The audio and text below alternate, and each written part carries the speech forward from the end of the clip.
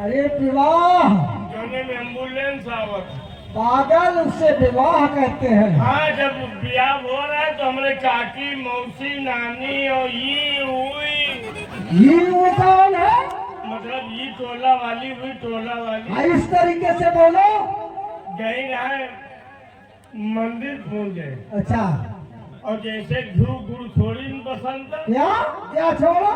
घी घी होगा और गुड़ होगा। गुड़, हाँ गुड़ है। गुड़ नहीं गुड़। अरे गुरु से कहते गुड़ फिर उसे समझाओ। हाँ छोड़ी जैसे। हाँ और धुआं सुल के और पुरान रहा मंदिर हुआ। हाँ माछी छाता लाग रहा है, भनभनाए लागी। देख छे दे कोई घगरिन, कोई ब्लाउज में, कोई अलहरिन पड़ा, कोई जोहरिन पड़ा। ठीक कहते हो, ठीक कहते हो। यहाँ तक एक हमारी दादी रहे बुढ़िया बेचारी 90-95 साल की। ओ, उनका ममाखी इतना छेदिन है कि 16 साल की सूट के लौंडिया लागे। ठीक कहते हो।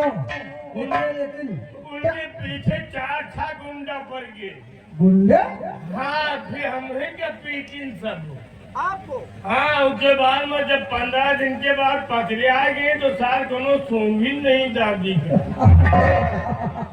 अच्छा देखो, टाइम नहीं है। आओ, आओ, चलो, चलो, चलो।